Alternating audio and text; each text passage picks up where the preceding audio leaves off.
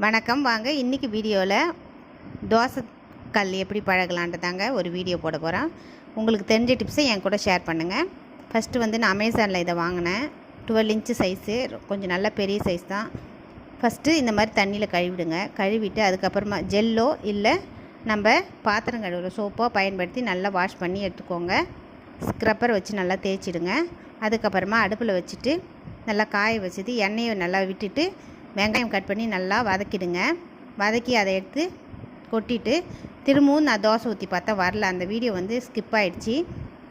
அதுக்கப்புறம் என்ன பண்ணேன்னா நைட்டு ஃபுல்லாக எண்ணெயை ஊற வச்சுட்டு மறுநாள் சாதம் வடித்த கஞ்சியாக அது கூட ஊற வச்சு கரெக்டாக இது ஒரு நாள் ஊற வச்சுருந்தேங்க. இந்த மாதிரி செய்யும்போது தோசை சூப்பராக வந்துச்சு. இப்போ பாருங்கள், திரும்பி நான் தோசை ஊற்றினேன்.